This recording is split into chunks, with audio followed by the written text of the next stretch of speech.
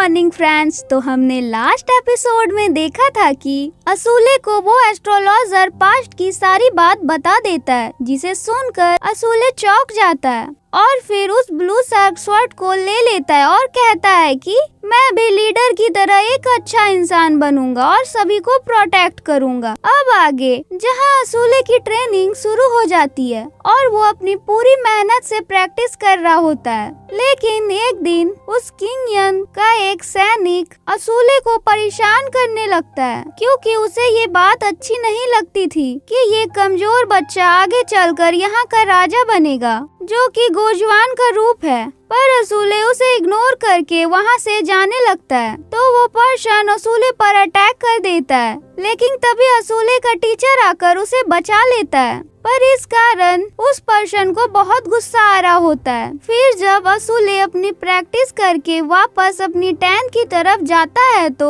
वो अपने टेंट का सारा सामान वहाँ बिखरा हुआ देखता है, साथ ही वहाँ सुमा भी नहीं थी। अब असूले उसे इधर उधर ढूंढने लगता है, जहाँ थोड़ी देर बाद सुमा उसे अपनी बहन के कब्र के पास रोते हुए मिलती है, क्योंकि उसे उस पर्सन ने बहुत मारा था और उसकी बहन की बांसुरी भी तोड़ दी थी। यह देखकर असूले उससे बदला लेने के बारे में सोचता है और स्वॉर्ड लेकर उस पर्सन के पास चला जाता है और उस पर अटैक कर देता है, लेकिन वो पर्सन उससे आसानी से बच जाता है, क्योंकि वो पर्सन बहुत स्ट्रांग था और असूले बहुत कमजोर। तो ये देखकर वहाँ के सैनिक असूले पर जोर जोर से हंसने लगते हैं, लेकिन असूले हार नहीं मानता है। पर तभी वो पर्सन असूले को जमीन पर गिरा के लगातार मारने लगता है और उससे कहता है, तुम जैसा बच्चा यहाँ का राजा बन गया तो ये सारा एरिया जैसे बकरी बन जाएगा। उसी टाइम असूले को बचाने के लिए वहाँ पर सुमा भी आ जाती है, लेकिन वहाँ खड़ा एक सैनिक सुमा को रोककर उसे पीटने लगता है। तो यह देखकर असूले को गुस्सा आने लगता है और फिर अचानक से उसकी आंखें लाल हो जाती है और उसकी फेस की नसें भी चमकने लगती है। तभी असूले उस पर्सन को नीचे गिरा देता है, तो वो पर्सन भी फिर से असूले पर काबू पाने की कोशिश करने लगता है, लेकिन असूले अचानक से बहुत स्ट्रांग हो गया था और वो अब उस पर्सन का गला दबाने लगता है। तभी दूसरी तरफ हम उस राजा को देखते हैं, जहां वो एस्ट्रोलॉजर समझाने की कोशिश करता है कि तुमने अपने दोस्त को मारा, तुम्हारी वो सबसे बड़ी गलती थी, क्योंकि वो बस इंसाफ पाना चाहता था, क्योंकि उसे सच पता चल गया था। ये सुनकर वो राजा एस्ट्रोलॉजर पर गुस्साने लगता है। अभी एस्ट्रोलॉजर कहता है, तुम चाहो तो मुझे भी मार सकते हो, पर फिर तुम अकेला पड़ जाओगे। तभी दूसरी तरफ बाकी सैनिक उस पर्सन से असूले को हटाने की कोशिश करते हैं, लेकिन वो किसी के काबू में नहीं आ रहा था। तभी असूले को विजन आ रहे होते हैं कि कोई गोल्डन लायन उसकी बॉडी पर काबू कर रहा है और वो चाहकर भी कुछ नहीं कर पा रहा है। तभी सुमा रोते हुए असूले को गले लगा लेती है, जिसकी वजह से असूले नॉर्मल हो जाता है और बेहोश हो जाता है। तभी दूसरी तरफ वो राजा एस्ट्रोलॉजर से कहता है कि मैं कोशिश करूंगा कि आगे से ऐसा नहीं हो, पर हमें भी पूरी दुनिया पर राज करना है। हम कब तक ही ऐसे जीते रहेंगे? इस पर एस्ट्रोलॉजर कहता है, क्या तुम पूरी दुनिया पर कब्जा करने का सोच रहे हो? ये सुनकर वो राजा कहता है, हाँ, मैं यही करना चाहता हूँ। तभी उसी समय वहाँ एक सैनिक आकर राजा को बताता है कि थर्ड प्रिंस बेहोश हो गया है। तभी हम असूले को देखते हैं, जिसे विजन आता है कि गोल्डन लायन ने असूले के आसपास के सभी मॉन्स्टर को खत्म कर दिया है और अब वो उसके पीछे पड़ा है। तभी रियल वर्ल्ड में असूले को बहुत पेन हो रहा था और उसे राजा और डॉक्टर ने रस्सी से बांध रखा था, जिस पर डॉक्टर कहता है कि मुझे पक्का नहीं पता है कि वो बच भी पाएगा या नहीं, और मैंने ऐसी हालत किसी की नहीं देखी। ये सुनकर राजा उसे अपनी पूरी कोशिश करने को कहता है। तभी असूले के विजन से वो गोल्डन लायन गायब हो जाता है और असूले नॉर्मल होकर होश में आ जाता है। तो राजा उसे देखकर खुश हो जाता है, साथ ही उसे सुमा जिंदा देखकर खुशी के मारे रोने लगती है। अब राजा असूले से कहता है कि तुम्हें आराम की जरूरत है, इसलिए कुछ दिनों तक तुम प्रैक्टिस नहीं करोगे। पर असूले इसके लिए नहीं मानता है,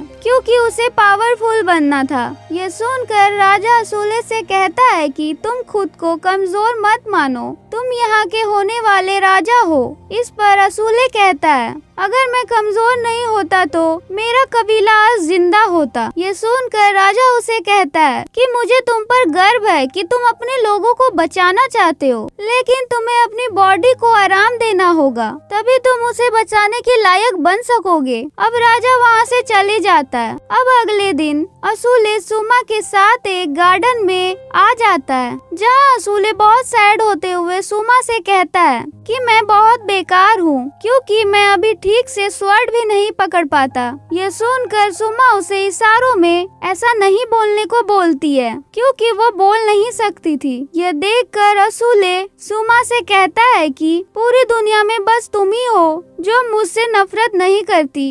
ये सुनकर सुमा मुस्कुराने लगती है और उससे कहती है कि जब तक हम दोनों एक साथ हैं, हमें किसी और की जरूरत नहीं है। इसके बाद वो दोनों उस गार्डन में खेलने लगते हैं। आगे हम राजा के पास तीनों प्रिंस और मंत्री लोगों को देखते हैं, जहां राजा अपने किसी काम पे अपने तीनों बेटे से एक राय मांगते हैं, जिस पर सेकंड प्रिंस राजा के फेवर में बोलता है और फर्स्ट प्रिंस राजा के फेवर में नहीं बोलता है। लेकिन असूले कुछ भी नहीं बोल पाता है, जिसकी वजह से सभी सभा उस पर हंसने लगती है। तभी राजा उन सभी को चुप करा देते हैं, जिसके बाद राजा उन सभी से पूछते हैं कि मुझे तुम में से किसी को टैंग डायनेस्टी में भेजना है, तो बताओ तुम में से कौन वहाँ जाना चाहेगा। तभी सेकंड प्रिंस फर्स्ट प्रिंस का नाम बोलता है, क्योंकि वो एक जानलेवा मिशन था और उसमें किसी की भी जान जा सकती थी। इसलिए फर्स्ट प्रिंस भी कहता है मुझे यहाँ सबको प्रोटेक्ट करना है, इसलिए मैं वहाँ नहीं जा सकता। जिसके बाद सेकंड प्रिंस असूले का नाम बोलने लगता है, क्योंकि वो असूले को रास्ते से हटाकर अपना राजा बनने का सपना पूरा करना चाहता था। पर राजा ये बात जानता था, इसलिए वो सबसे कहता है कि अगर तुम में से कोई वहाँ नहीं जाना चाहता है तो हम इस बात पर बाद में फैसला करेंगे। इसलिए अभी के लिए ये मीटिंग खत्म होती है। अब हम उस पर्सन को देखते हैं जिसने असूले पर अटैक करने की वजह से उस पर राजा ने बहुत कोड़े पड़वाए थे और इस कारण उसे बहुत दर्द हो रहा था। इसलिए वो अपने साथियों यानी मंत्री और सेकंड प्रिंस से कहता है कि इस इंसल्ट का बदला लेना होगा, जिस पर वो मंत्री कहता है कि हमें असूले को रास्ते से ही हटाना होगा, नहीं तो वो यहाँ का राजा बन जाएगा। ये सुनकर सेकंड प्रिंस कहता है कि तुम लोग चिंता मत करो, मैं इसे संभाल लूंगा। और यहीं ये एपिसोड खत्म होता है फ्रेंड्स। अगर आपको मेरी वीडियो अच्छी लगती हो तो प्लीज चैनल को सब्सक्राइब करें और लाइक करें। मिलते हैं नेक्स्ट वीडियो में।